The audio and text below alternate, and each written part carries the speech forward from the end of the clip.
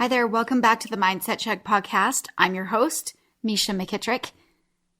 This is a podcast where we believe that as you take time for a mindset check, you have more power than you think you do.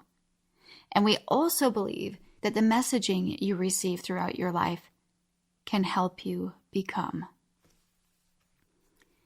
I want to first check in with you and see how you're doing. I hope that this story is in some way benefiting you and helping you through life. That's why I'm doing it, because as you'll find out a little bit into the episode, I also am holding some cold sores on my mouth right now because of the stuff that we're going through. You know, going through my journal from when I was 15 and pregnant, it really is allowing me to see the contrast of my life then to my life now. And there is a little bit of movement. We're going to get into that in the episode. But I just am really aware that you get to create your life. You get to choose to live life instead of life living you. And I'm really grateful for this sort of bird's eye view, to be able to look at that. So before we get into the episode, we're going to go over really quickly who is who in the episode. And if you've been following along and you know the story, there's not really anybody new. Jesse is my husband at the time. Gina is my sister-in-law, Jesse's sister. My sister Shelly is in the episode. She's my older sister by 3 years, and my daughter Taylor. And a few other friends are mentioned, but they're not really, you just need to know they're friends. So let's jump in. May 23rd, 1994. Jesse's mom called today and asked if she could come and get Taylor and I on Wednesday. I said, sure. Gina wants me to go to Zion with her to deliver rock, and I asked her to bring my school books and my breast pump. About 5 minutes later, Jesse calls. Hello? Don't you have enough balls to call me yourself? I don't want to talk to you. Then he asked where my books and stuff were. I told him, and he said, so you don't have enough balls to call, or are you too much of a bleep? I hung up. I didn't want to hear that. 15 minutes later, Jesse calls. Hello? Why am I always the one to call? Misha, I want a divorce. Do I need a lawyer or a judge? If you get papers in the mail, sign them. I'll put your stuff in a bag. He married me, though he didn't want to, and dumps me on my bleep. How do you like that?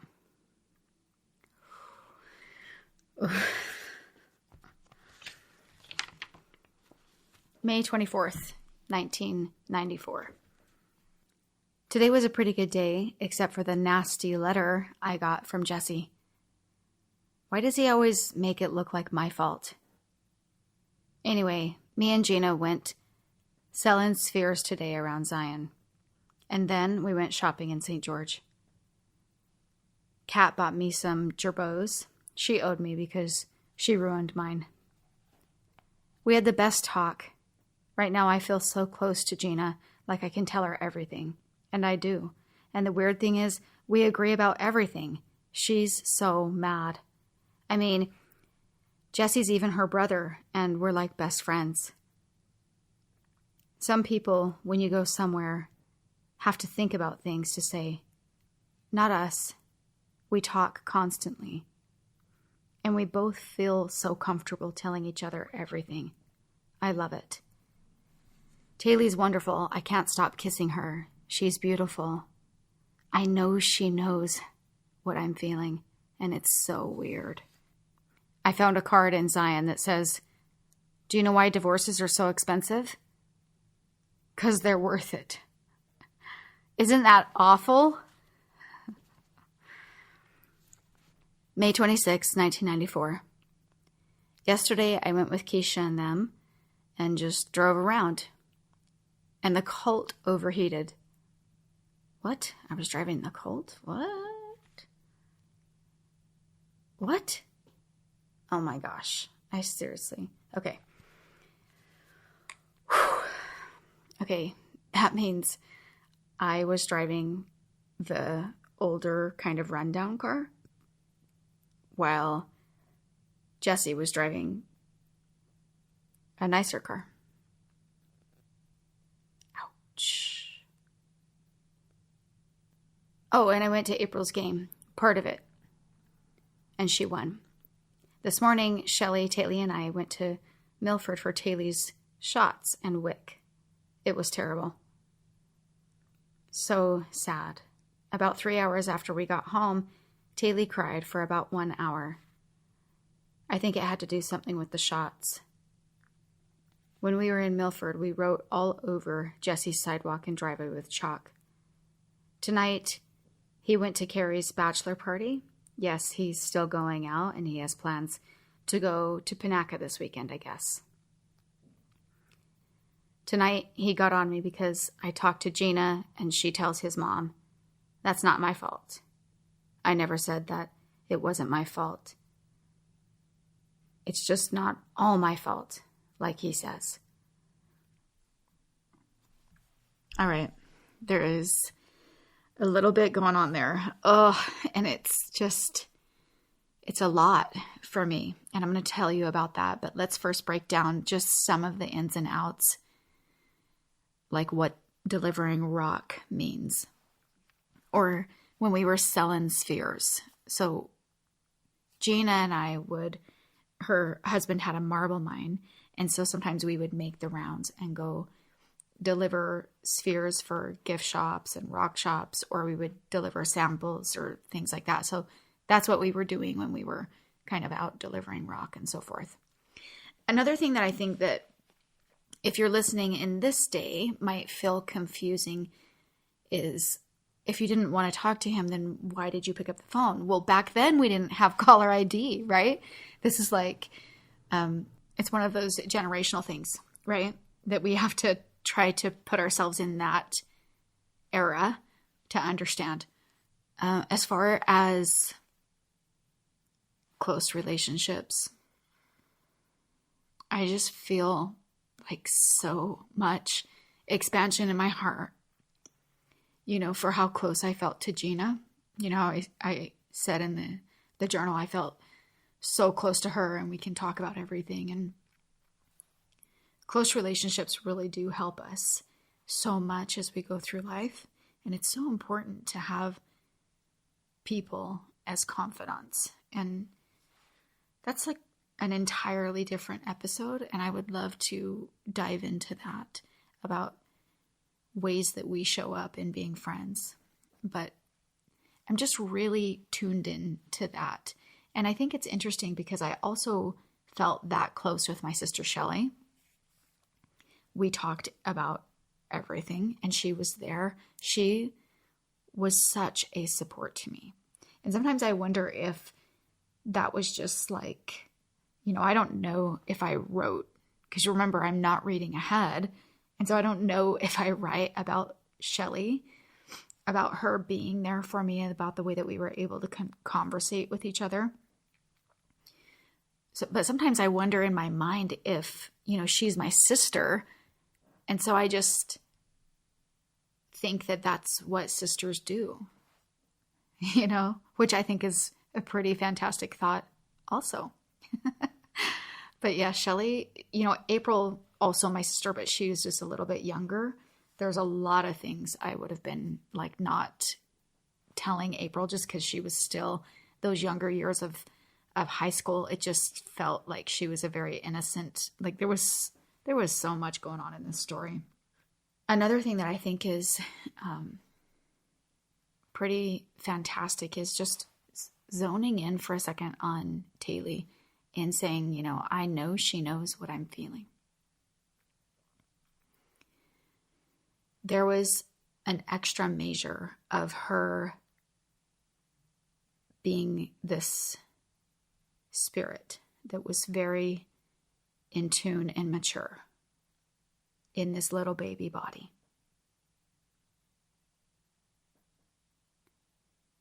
Yes, it felt different than my other babies.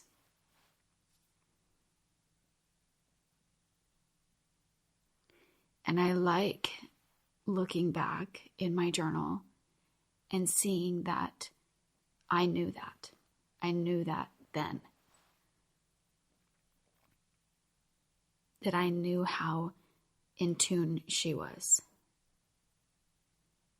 It literally felt like I could look into her face and she could melt. It was like therapy, just looking at her. She could look and burrow into my soul.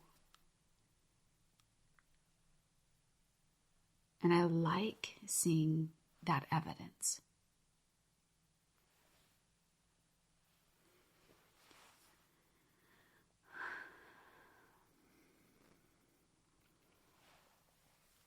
This last week, someone was interviewing me for this podcast and asked me, do you think that the project is allowing you to process as you're going through it?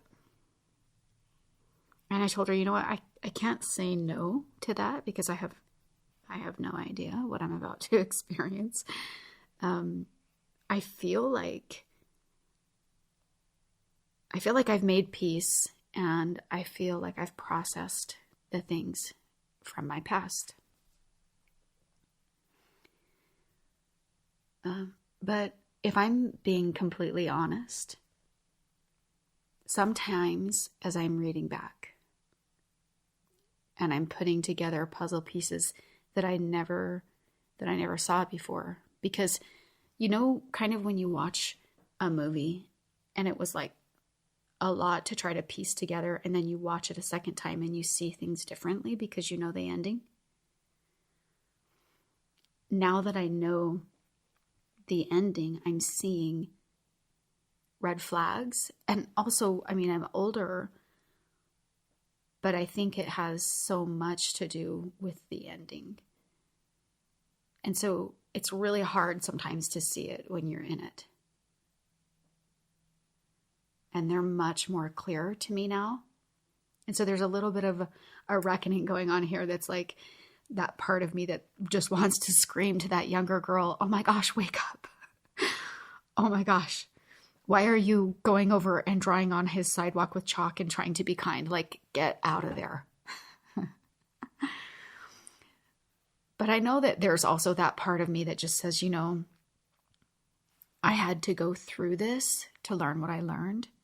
And so it's not that I'm really wanting to take that away too much. It's just that I'm seeing puzzle pieces. And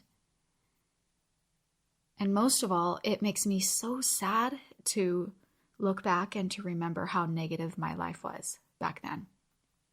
Just how much I was carrying and dealing with. And it's actually showing up right now in my body. I've had all kinds of like neck issues and cold sores and just things, because these are emotions that are being brought back up. And I think to some degree that maybe I'm being allowed to feel a little bit of what, I didn't know I would get emotional.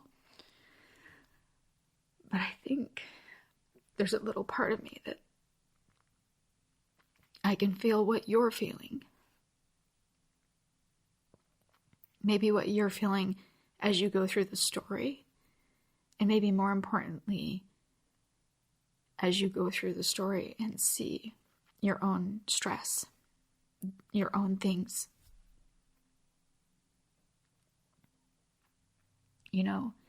Either things that you're going through now or memories from your past that this is bringing up that maybe you still have to work through.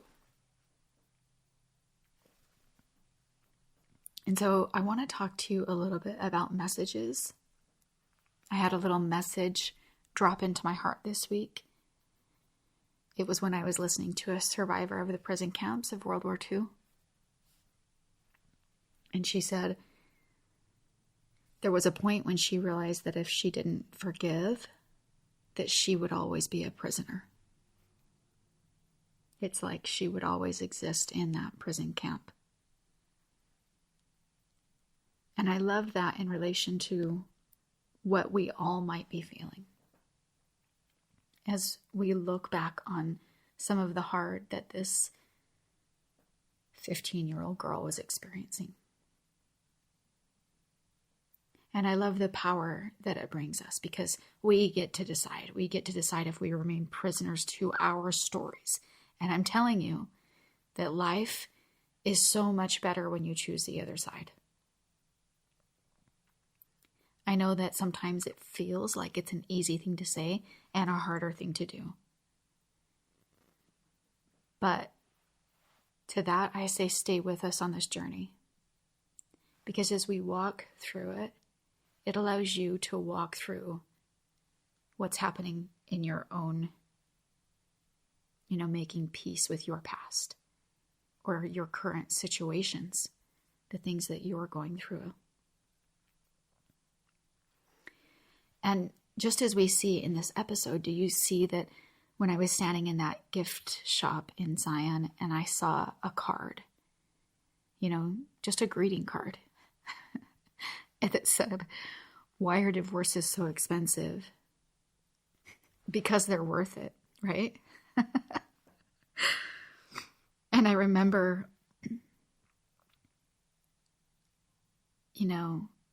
feeling, is that a message for me? And I think in life we're given messages that we need to hear. I believe that we can receive guidance. We receive messages that we need to hear. And the more that we open our eyes to see it, that these messages are exactly the thing that helps us grow. It helps us to know what's next. It helps us to know the actions that we can take. I was with my mom over the weekend. Oh, and I was diving into her with the podcast because she's listening. And I wanted to know if listening, how it was going, what she thought of the podcast. And also, is it, making her upset? Because she has a lot, obviously, she would, right? But feelings about this story and what's going on. And I wanted to know if it was bringing things up for her. And she had such an awesome perspective. We did talk about the yucky feelings. And she asked me if I remembered some things about the story. And there were some things that she asked me about that I never even knew about. And there were some that just left me completely. Like I was part of what she was asking about, that memory. I was there, but it just left me. And as I was talking to her about this, she said, "Mish, you just have such a good life now. Like, yes, we went through all of those things, but now your life is just, you don't have all that. You don't have any of that." And I said, "I know, Mom, but how do I teach how I did that? How do I teach how I got from there to here?" And as I've thought about it, I think so much of it is in the messaging and being willing to act on the messages that we get and knowing that it does come little by little by little. But when we receive a message for us, for that period, like for me, looking back at the message that I received in that card shop in Zion, that message wasn't a message because I needed to walk away and go get a divorce immediately. That was a message because I was raised with the belief that when you get married, man, you're married. Like, we're going to put everything into each other and, sickness and death, right? And I think I needed that message to be planted into my heart that sometimes divorce is the path. I just needed to start thinking that way. I needed to start accepting that that might be the reality for me. And so sometimes the messages that we receive start to get us used to what's going to happen in the future. And sometimes the messages are actions that we take right now, today. But I think if we can open our hearts and be willing to receive messages and then take action, I think that that is what helps us navigate through life so well. So one of the things that's happening in this episode is there's a lot of fighting. And from my perspective and what I write in my journal, he's treating me really terribly. Really terribly.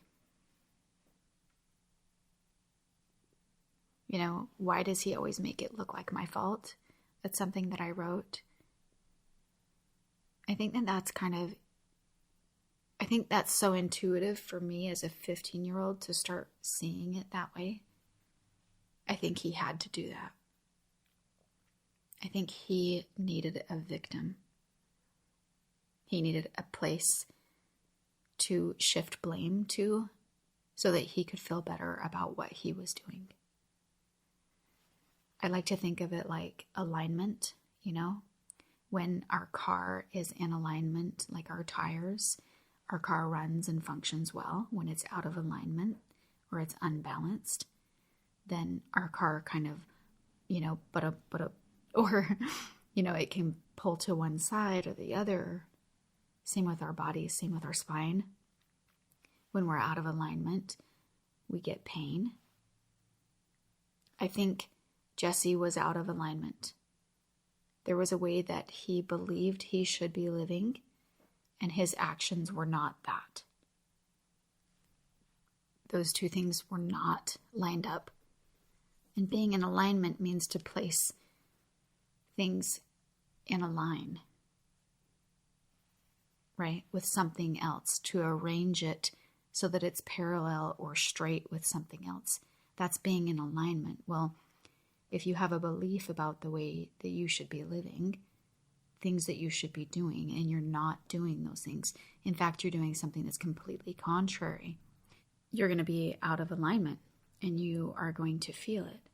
And then it just really comes down to, are you going to take the opportunity to get back in alignment? So Jesse was living out of alignment. And because of that, he needed to shift blame, right, to someone else so that he could somehow try to navigate and feel okay with what he was doing. And there's a really tricky thing that when someone accuses you of something in life, okay, it doesn't matter if it's something really big or if it's something super tiny. It doesn't matter. There's some action that has to be taken on our part to actually look inside and to see if we're being honest with ourselves, can we own that? And this is the part that's so important, is to be so incredibly crazy honest with ourselves about that. Because if someone's accusing us of something that isn't real, then they are gaslighting us. But if they're telling us something that we need to hear for our growth, then we need to listen. And so many times when people have used you as a victim and they've been gaslighting you, it's very difficult to see. Like, your ability to see truth is probably going to be skewed. Because people who are living out of alignment, they're usually very good at manipulating and twisting the truth. So sometimes we get confused inside of our head. You know, so I think it's really important for us to have a really good grasp. This is another reason why it's so important to live our life being able to own our stuff. being able to step into an arena, with all of our suit of bravery and say, yeah, that I shouldn't have done that. I'm sorry. Because we also need to be able to recognize, like, no, that's not mine to own. And I knew in my gut in this journal when I said, why is he making everything my fault? I knew in my gut. I knew it. I don't think I knew like how to act and all the things around it, but there was that part of me that I still knew that all of this negativity and all of this fighting and it was coming from something else. And so there's a bit of awakening that comes. And I've thought through, like, how do we get to that point of awakening?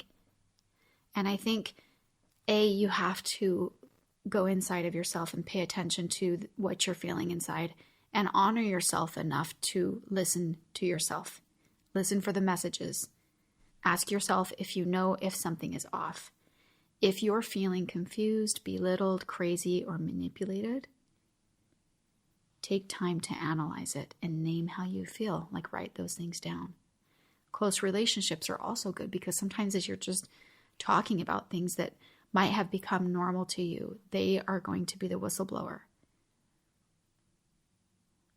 Keep people close who you can trust. And that's just for any situation in our life as we're going through, right?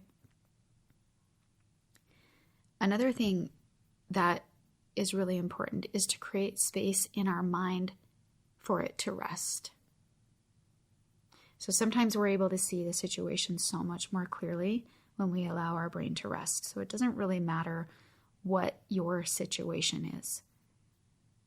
No matter if it's even just you're getting overwhelmed, even just planning out your days, your life. Creating space in your mind and time for it to rest allows you to see the situation more clearly. So whether you're dealing with something huge or small, that's important.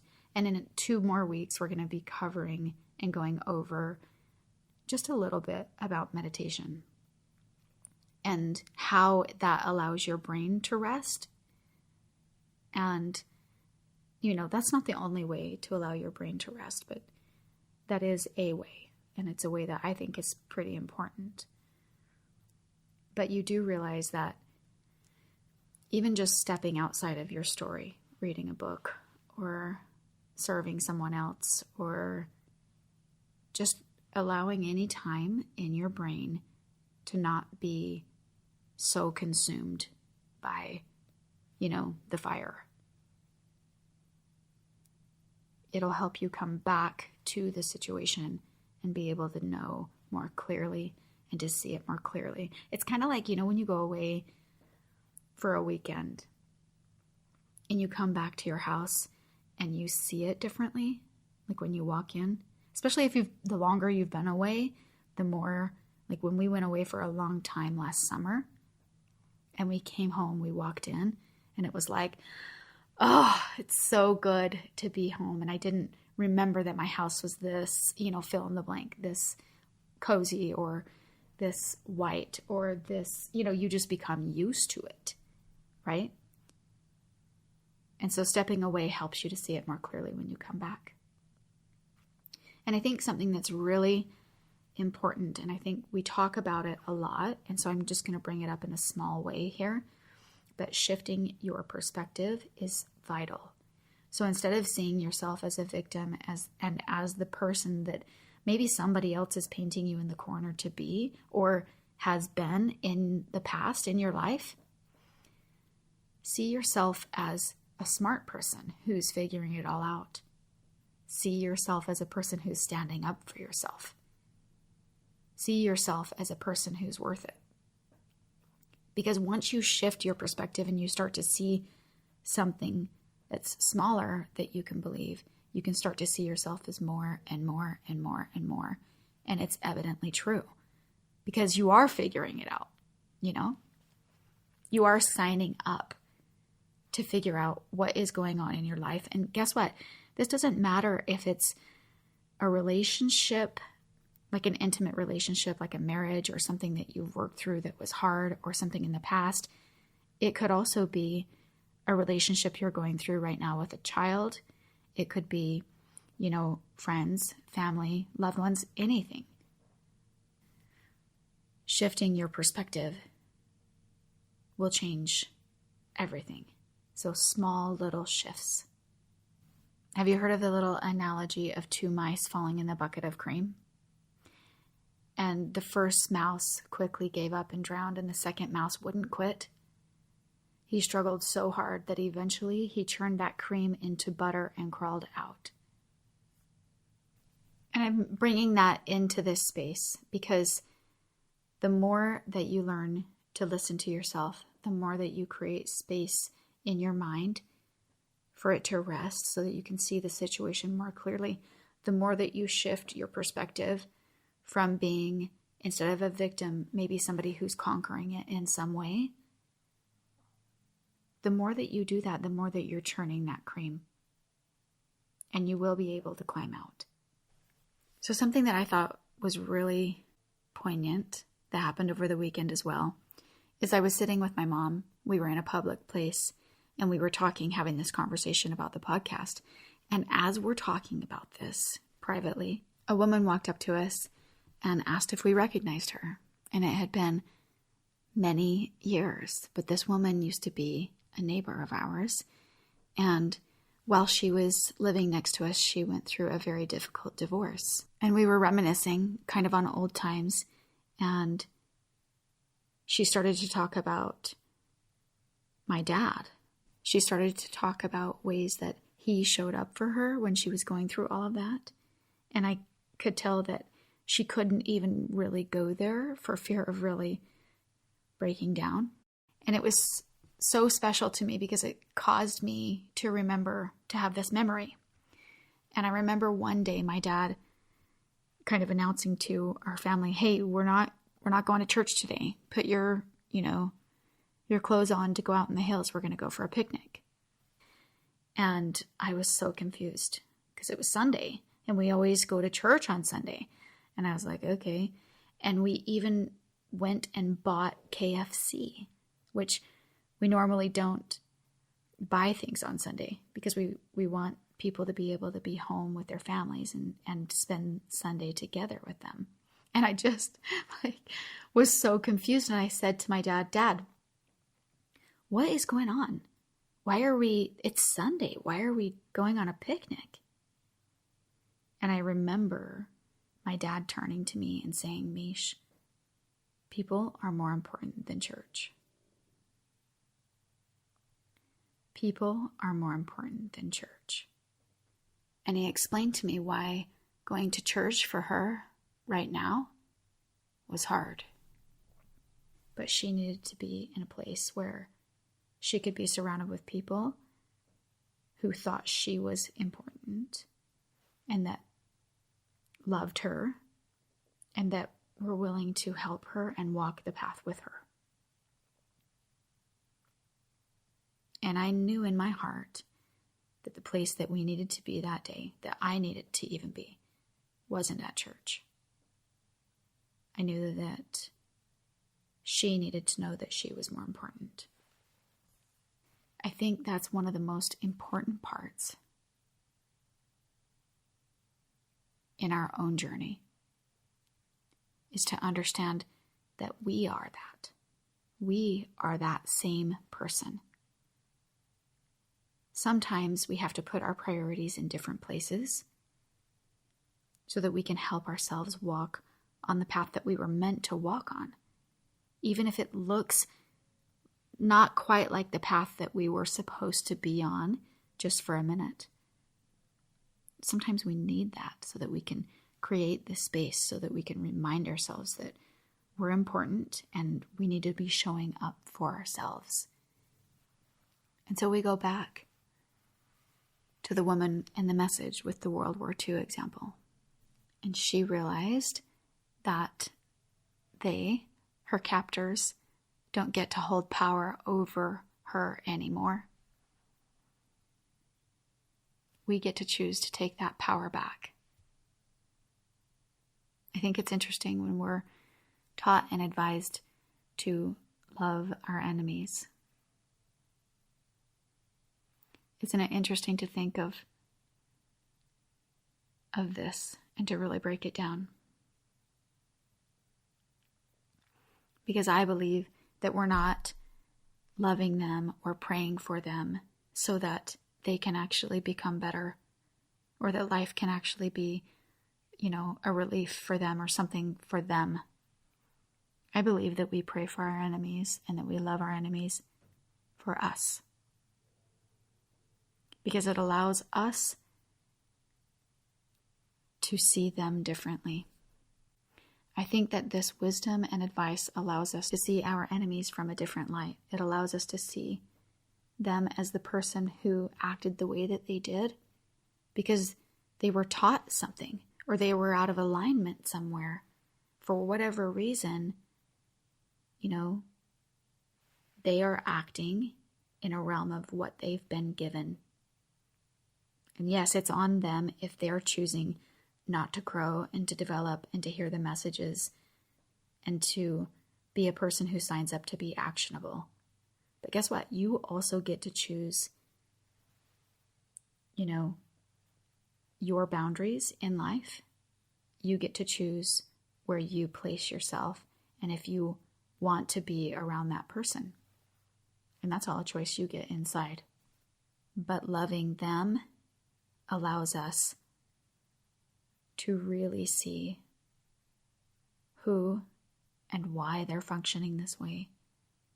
And then if it is, a situation like a child, like one of our children, we can help them differently because we're able to see that. And if it's a situation where someone took advantage of us or doesn't belong in our life, it allows us to see this situation with a little more compassion, but we can also place it far away from us. It doesn't have to be part of our life. So I think the wisdom of loving our enemies allows us to see it from a different angle and allows it to be easier for us to decide who holds power. And we get to hold that power. And then I can see Jesse's no longer an enemy for me. He's just a person who made his choice. And yes, he hurt me. But I get to choose if he continues to hold that power. And I think I'm more worth it. So I'm going to pull the power back in. I'm not going to give it away. I'm going to hold it. I want to leave you with an experiment that Harvard did in the 1950s. And it has to do with rats. And so I think it's funny because the other story that I used had to do with mice. So for whatever reason, that's our theme today.